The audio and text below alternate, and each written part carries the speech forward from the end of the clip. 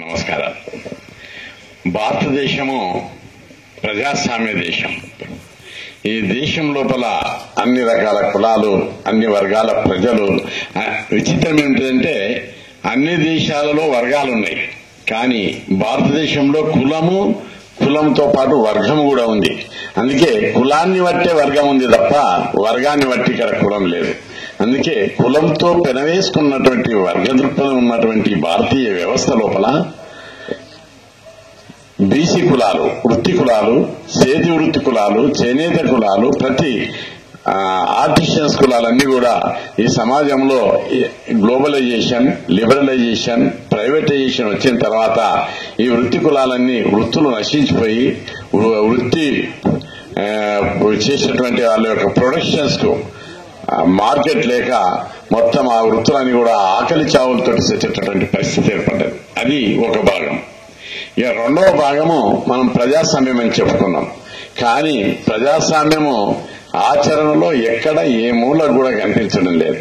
ఎందుకంటే రాజకీయ వ్యవస్థ చూసినా, పాలనా రంగం చూసినా ఎక్కడ కూడా ఈ 67 సంవత్సరాల కాలంలో అన్ని వర్గాల ప్రజలకు అనుకున్న వాళ్ళ యొక్క జనాభా ప్రకారం ప్రాతినిధ్యం లేదు. ఉదాహరణకు రాజకీయ రంగాన్ని పరిశీలించినట్లయితే 67 సంవత్సరాల లెక్క తీశారు మొన్న కేంద్ర ప్రభుత్వం. తీస్తే 56% ఉన్నటువంటి జనాభాకు ఎమ్మెల్యే, ఎంపీ, రాజ్యసభ సభ్యులు, కేంద్ర మంత్రివర్గము, రాష్ట్ర మంత్రివర్గాలు, అన్ని రాష్ట్రాల స్థితిగతులను అధ్యయనం చేసి లెక్కలు తీస్తే 56% జనాభా ఉన్నటువంటి బీసీలకు రాజకీయ రంగంలో 14% మించలే ఇంతవరకు. అంటే ఈ వర్గాలకు కేవలం ఓట్లేసే యంత్రాలుగా మిగిలిపోయారు తప్ప, ఓటర్లకు మిగిలిపోయారు తప్ప రాజకీయ ప్రజాస్వామ్యానికి ఏమాత్రం స్ఫూర్తినిచ్చేటటువంటి స్థితికి ఈ వ్యవస్థ వాళ్ళని తీసుకురాలేకపోయింది. రెండవది, రాజ్యాంగ రచన సమయంలో అన్యాయం జరిగింది. ఆ రోజు బీసీ కులాలు రాజ్యాంగ రచన సమయం కంటే ముందే మన దేశంలో బీసీలకు రిజర్వేషన్లు ఉన్నాయి. బ్రిటిష్ వాళ్ళ పీరియడ్ లోపల కమ్యూనల్ రోస్టర్ అని ఒకటి పెట్టి బ్రాహ్మణులకు రిజర్వేషన్, అదేవిధంగా ఎస్సీలకు రిజర్వేషన్లు, మైనార్టీలకు రిజర్వేషన్లు, బీసీలకు కూడా వాళ్ళ జనాభా ప్రకారం రిజర్వేషన్లు పెట్టారు. స్వతంత్రం వచ్చిన తర్వాత తెల్లదొరలే బీసీలకు రిజర్వేషన్ పెట్టారు. తెల్లదొరలు అయినాక మన ప్రభుత్వాలు వచ్చిన తర్వాత ఇంకా బాగా మన పరిస్థితి మెరుగుపడుతుందని చెప్పి ఆశించాం.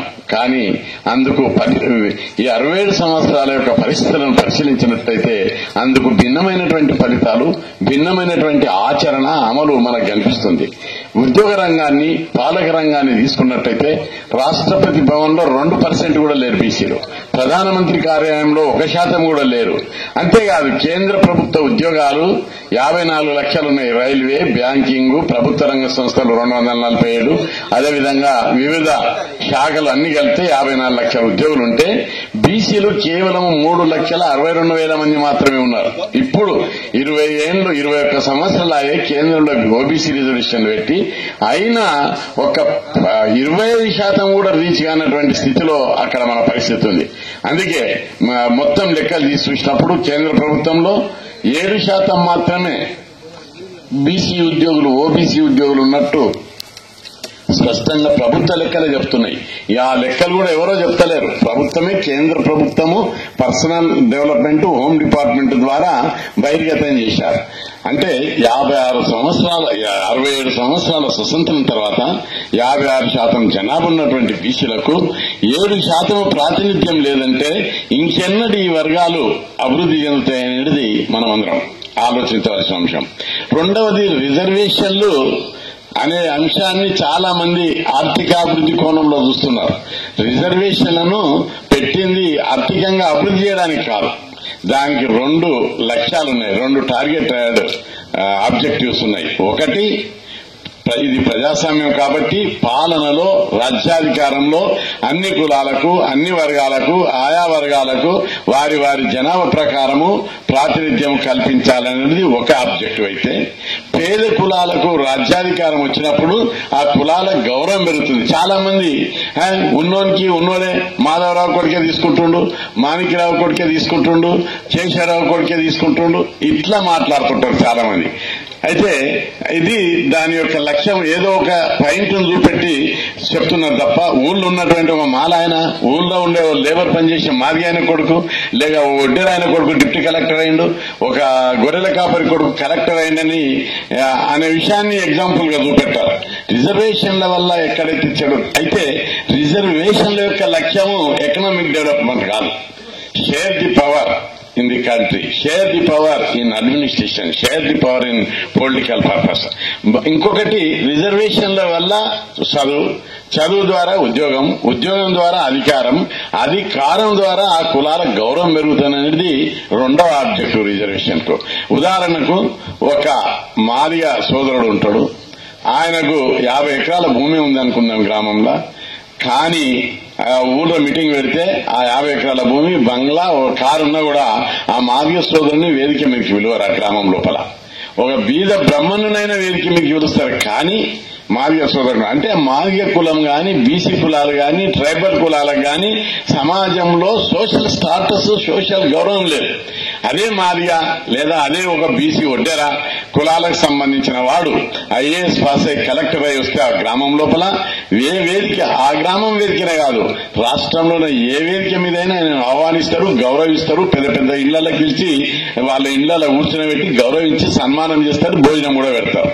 అంటే ఒక వ్యక్తిని ఎట్లా గౌరవిస్తున్నారంటే ఈ సమాజము కులాన్ని బట్టి గౌరవించడం ఒకటైతే అధికారాన్ని బట్టి గౌరవించడం రెండో అంశం.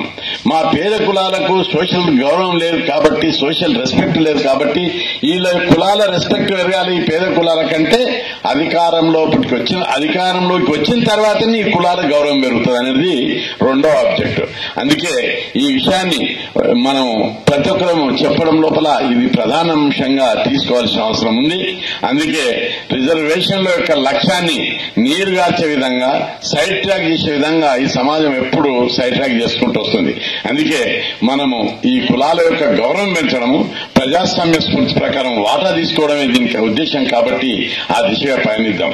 రెండవది ఇక చాలా అంశాలు చెప్పాలంటే చాలా ఎలాబొరేట్ గా ఉంది, మనకు ఇప్పుడు ఫ్లైట్ టైం అవుతుంది. ప్రధానంగా ఈ రోజు జాతీయ బీసీ సంక్షేమ సంఘం ఏర్పాటు చేసిన తర్వాత మనము ప్రధానమంత్రిని కలవడం జరిగింది. కలిసి మేము అన్ని ఎక్స్ప్లెయిన్ చేశాం. చారిత్రకంగా రాజ్యాంగ రచన సమయం లోపల ఆ తర్వాత ఎన్నోసార్లు 117 సార్లు రాజ్యాంగాన్ని సవరించే బిల్లులు పార్లమెంట్ లో పెట్టిన సందర్భంగా ఎప్పుడు కూడా ఈ రాజకీయ పార్టీలు పార్లమెంట్ లో 29 పార్టీలు ప్రాతినిధ్యం వహిస్తున్నాయి. ఆ పార్టీలు గాని ఎవరు కూడా బీసీలను పట్టించుకోవడం లేదని ఒక్కొక్కటి చెప్పాను. చెప్పి పంచాయత్ రాజ్ రిజర్వేషన్ల విషయం ఒకటి ఎగ్జాంపుల్ చెప్పాను. లోకల్ బాడీ ఎలక్షన్స్ పెట్టినప్పుడు 73-74వ రాజ్యాంగ సవరణను పార్లమెంట్ లో పెట్టారు. ఎస్సీలకు రాజ్యాంగ భద్రత ఇచ్చారు, జనాభా ప్రకారం ఇవ్వాలని. ఎస్టీలకు రాజ్యాంగ భద్రత అంటే జనాభా ప్రకారం ఇవ్వాలని పెట్టారు. మహిళలకు కూడా పెట్టారు. మేము వాటిని స్వాగతిస్తున్నాం, దాన్ని వెల్కమ్ చేస్తున్నాం. కానీ బీసీ పాయింట్ వచ్చినప్పుడు ఆయా రాష్ట్రాల స్వేచ్ఛకు వదిలిపెట్టారు.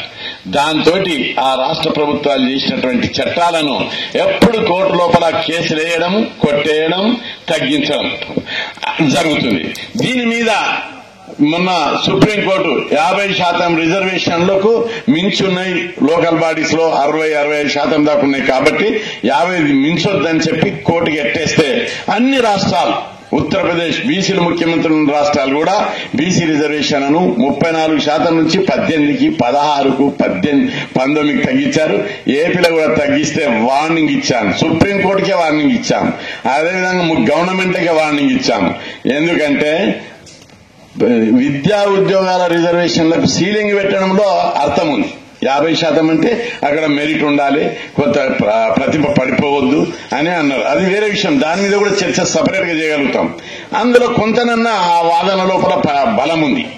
రాజకీయ రిజర్వేషన్లకు సీలింగ్ పెట్టడంలో ఎలాంటి బలం ఉందని చెప్పి నేను కౌంటర్ సుప్రీంకోర్టులో ప్రశ్నించాను. ఏం బలం ఉంది?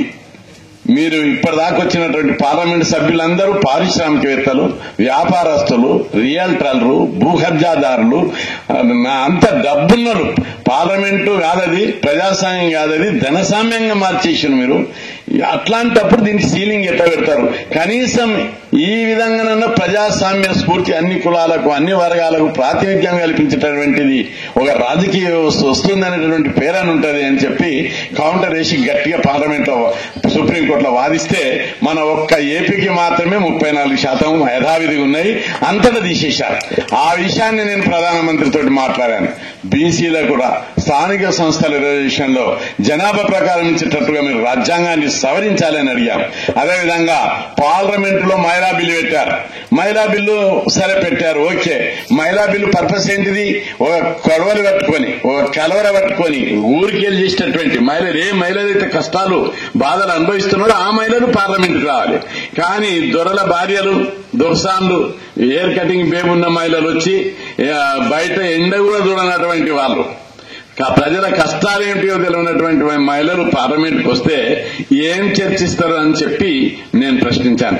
రెండవది, మహిళా బిల్లు ఎందుకు అవుతుంది? లల్లు ప్రసాద్, మలాయం సింగ్ యాదవ్, శరద్ యాదవ్ వీళ్ళందరూ సబ్ కోటా బీసీ మహిళలకు పెట్టాలంటే మహిళా బిల్లును పెండింగ్ అయినా పెడుతుంది సోనియా గాంధీ గాని అన్ని పార్టీలు గాని, సబ్ కోటా ఇవ్వడానికి మాత్రం ఒక అడుగు ముందుకు వేయడం లేదంటే ఎంత బీసీ వ్యతిరేకత ఉందో మనకు స్పష్టంగా కనిపిస్తుంది.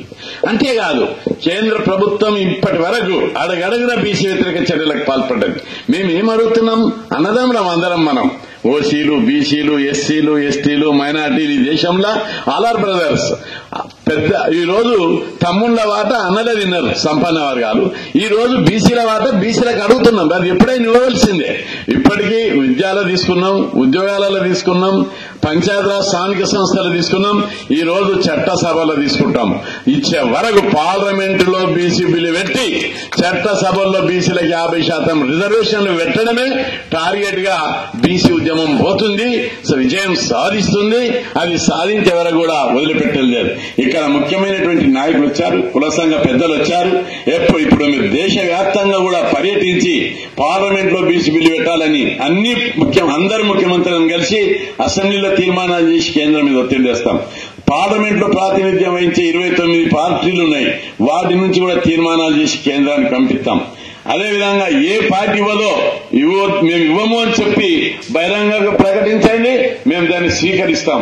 అంత దమ్మున్న పార్టీ కూడా చెప్పాలని కూడా మేము సవాల్ చేస్తున్నాం. ఈ విధంగా బీసీలకు 67 ఏళ్ల తర్వాతనన్నా రాజ్యాంగబద్దమైన ఇవ్వరా? రెండవది, బీసీ వ్యతిరేక చర్యలను నేను ప్రధానమంత్రికి చూపెట్టాను. 6 వర్గాలకు రిజర్వేషన్లు ఉన్నాయి. ఎస్సీ, ఎస్టీ, మహిళా, మైనార్టీ, డిజేబుల్డ్, ఎన్సీసీ, ఎన్ఎస్ఎస్. కానీ ఎవరికీ లేనటువంటి క్రిమిలేరు ఒక బీసీ రిజర్వేషన్లకు పెట్టారు. అంతేకాదు, ఇంకొకటి, కేంద్రంలో 6 కమిషన్లు ఉన్నాయి. మైనార్టీ కమిషన్, మహిళా commission, SC commission, ST commission, BC commission, మానవ హక్కుల కమిషన్. అన్ని కమిషన్లకు రాజ్యాంగబద్దమైన హోదా కల్పించారు, కానీ బీసీ కమిషన్ కల్పించలేదు. అంటే ప్రధానమంత్రిని అడిగాను నేను, బీసీ కమిషన్ కు రాజ్యాంగబద్దమైనటువంటి హోదా మీరు కల్పిస్తే బండల్ మోసేది ఉందా? ఎక్కువ బడ్జెట్ ఖర్చు పెట్టేది ఉందా? ఏం నష్టం జరుగుతుందని మీరు ఇవ్వడం లేదు. ఒక కాగితం మీద టైప్ చేసి బీసీల మోహన పడేయడం కదా అని నేను అడిగాను. కానీ ఆయన బాధపడ్డాడు. బీసీలకు జరిగినవన్నీ ఒక్క 25 నిమిషాలు ఎక్స్ప్లెయిన్ చేసి ఆయనకు చెప్పిన తర్వాత ఇంత అన్యాయం జరిగిందంటే ఇంకా చాలా ఉన్నాయని చెప్పాను. ఒక్కటి, కేంద్రంలో 18 లక్షల కోట్ల బడ్జెట్ ఉంది. ఇతర సామాజిక వర్గాలకు 30,000 కోట్లు, 40,000 కోట్లు, 18,000 కోట్ల నుంచి 40,000 కోట్ల దాకా కేటాయించారు. ఇంకా వాళ్ళకు కూడా కేటాయించాలి. కానీ బీసీలకు ఎంత కేటాయించారో తెలుసా? 700 కోట్లు. అంటే 70 కోట్ల మంది బీసీలకు 700 కోట్లు అంటే మనిషికి 10 రూపాయలు వస్తాయి. ఇదే నా బీసీల అభివృద్ధి అంటే కేంద్ర ప్రభుత్వం దృష్టిలో అని చెప్పి ప్రధానమంత్రిని అడిగాను. కేంద్రంలో 72 శాఖలు ఉన్నాయి. బీసీలకు ఒక ప్రత్యేక మంత్రిత్వ శాఖ పెడితేమన్నా కుంపలు ఆరిపోతాయని కూడా నేను ఆయనను అడిగాను. ఈ విధంగా అడుగడుగున బీసీలకు అన్యాయం చేస్తుండ్రు. బీసీలకు న్యాయం చేయకపోతే ఈ దేశంలో తిరుగుబాటు వస్తుందని చెప్పి హెచ్చరిస్తున్నాం. మేమేమడుగుతున్నాం? మేము దోసుక తింటామని అడుగుతలేము, తిని పండుకుంటామని అడుగుతలేము. మా వాటా మాకు ఇవ్వమని అడుగుతున్నాం. మా వాటా మాకు ఇస్తే ఈ దేశంలో శాంతియుతంగా సమాజం కొనసాగుతుంది. ప్రపంచ దేశాల లోపల, శ్రీలంక లోపల గాని, రాజస్థాన్ లో గుజరాత్ ఎందుకోసం కొట్లాడుతున్నారు, శ్రీలంకలో తమిళులు ఎందుకు కొట్లాడుతున్నారు, అస్సాంలో బోడోలు ఎందుకు కొట్లాడుతున్నారు, ప్రపంచం లోపల అనేక దేశాల లోపల కూడా ఆత్మగౌరవ ఉద్యమాలు. ఇది ఆకలి పోరాటం కాదు, ఆత్మగౌరవ పోరాటం. ఇది ఈ ఆత్మగౌరవ పోరాటంలో మనిషి ప్రాణాలకు తెగించి పోరాడుతున్నారన్నటువంటి మానవ జాతి చరిత్ర చెబుతుంది. ఆకలి కోసం జరిగినటువంటి పోరాటంలో ఎక్కడ మనుషులు జాలే, ఎక్కడ యుద్ధాలు జరగలే. కానీ ఒక్క ఆత్మగౌరవ పోరాటం లోపలనే మారణ హోమాలు జరిగినాయి. ప్రభులు రాజుల మీద ప్రజలు తిరుగుబాటు చేశారు, చివరకు దేవుళ్ల మీద కూడా తిరుగుబాటు చేశారు ఆత్మగౌరవ పోరాటంలో. అంత గొప్ప ఆత్మగౌరవ పోరాటానికి అంత శక్తి ఉండే విషయాన్ని ఈ ప్రభుత్వాలు గుర్తించాలి, పార్టీలు గుర్తించాలి. ఈ రోజు బీసీల కోసం జరుగుతున్న పోరాటం ఆకలి పోరాటం కాదు, ఆత్మగౌరవ పోరాటం. 40 సంవత్సరాలుగా బీసీ ఉద్యమం విద్యా హక్కు కోసం పోరాడింది. దేశంలో ఎక్కడ లేని విధంగా 6000 హాస్టళ్లు, 600 రెసిడెన్షియల్ పాఠశాలలు పెట్టించాం. అదేవిధంగా స్కాలర్షిప్ స్కీమ్ పెట్టించాం. దేశంలోనే బీసీలు ఎస్సీలు ముఖ్యమంత్రులు ఉన్నటువంటి రాష్ట్రాలు లేని విధంగా బీసీలకు ఫీజు రియంబర్స్మెంట్ పథకం పెట్టించాం. ఈ రోజు గుడిసెలో పుట్టినోడు, ఒక రిక్షా కార్మికుడి కొడుకు, ఒక ఆటో డ్రైవర్ కొడుకు, కూలీనాలు చేసే కూలీ రైతులు, కార్మికుడి పిల్లలు, కూలీ రైతు కూలీల పిల్లలు ఈ రోజు ఇంజనీరింగ్, మెడిసిన్ చదువుకునేటువంటి అవకాశాన్ని కల్పించాం. అదేవిధంగా పంచాయతీరాజ్ సంస్థల ఎన్నికల కోసం పోరాడి పెట్టించుకున్నాం. ఈ విధంగా అంచెలంచెలుగా ఎకనామిక్ డెవలప్మెంట్ కోసం పెట్టించినాం. ఈ విధంగా అనేక విజయాలు సాధించాం. ఇప్పుడు చివరకు జరిగేది రాజ్యాధికారం కోసం జరిగే ఈ పోరాటం లోపల అన్ని కుల సంఘాలు, బీసీ సంఘాలు కలిసికట్టుగా ముందుకు రావాలని కోరుకుంటూ, మరి మా ఫ్లైట్ టైం అయిపోయింది. తిరుమల తిరుపతి దేవస్థానం లోపల బీసీలకు కోటా ఇవ్వాలని, అదేవిధంగా ధర్మపీఠాలు బీసీలు ఎవరు పెట్టినా ప్రభుత్వాలు ఖచ్చితంగా వాళ్ళ స్థలాలను రెగ్యులరైజ్ చేయాలి. మేము పంట పొలాలను కబ్జా పెట్టలేదు, గుట్టలలో దేవుని పెట్టి పూజ చేసేది. అంత సింపుల్. దాన్ని కూడా ఈ సమాజం దాన్ని తప్పనిసరి పాజిటివ్ మైండ్ తోటి మీరు మార్చుకోవాలి. మార్చకపోతే మార్చేటట్టు చేస్తాం మేము.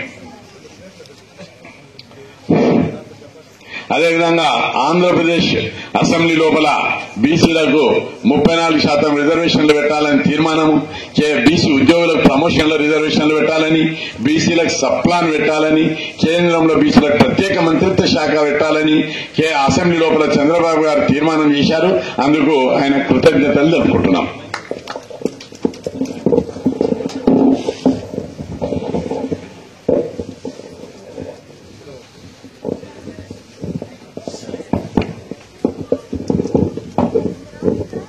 అంబేద్కర్ యువజన సంఘం కాయం వెంకటరత్నం వాళ్ళు అన్నగారిని ఒక చిన్న శాలువతో సత్కరిస్తారు.